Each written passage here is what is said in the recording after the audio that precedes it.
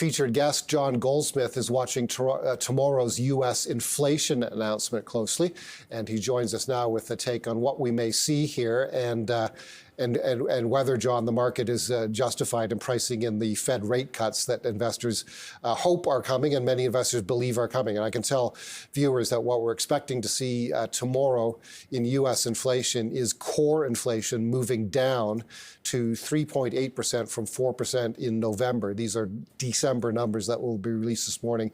And headline inflation actually ticking up slightly to 3.2% from 3.1%. I think it's the core number that is most important, and it's expected to move down. What's your take? Agreed. So the Fed and the Bank of Canada have been very clear with their commitment to bring core inflation, so excluding food and energy prices, down to that 2% level as fast as they can.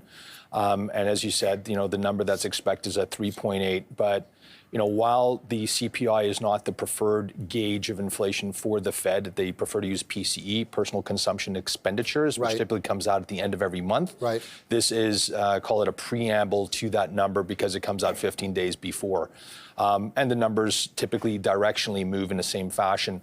So one potential risk is the fact that you've seen last Friday the payrolls numbers. With the payrolls numbers, you've got the unemployment, but you also have the hourly earnings, hourly wages. And those wages actually increased month over month by about 0.2% to over 4%. So what the market's currently pricing in is about 5.5 rate cuts between now and the December Fed meeting, which would bring the Fed funds rate down about, call it 1.4% to slightly under 4% from where we are today.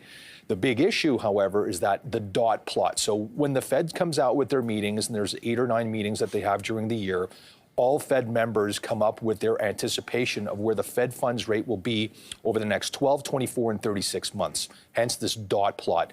And what you see is actually the Fed's expectation for the year-end Fed funds rate in 2024 to come out around 4.6%, which is about 70 basis points or almost 3 full cuts lower, or actually in this case higher than where the market's currently anticipating. So I think the market's ahead of the Fed, definitely ahead of the Fed in terms of the level of aggressiveness in terms of their measure of reducing rates. And that has a profound impact on the market and valuations, because typically as rates come down, that's supportive of valuation levels.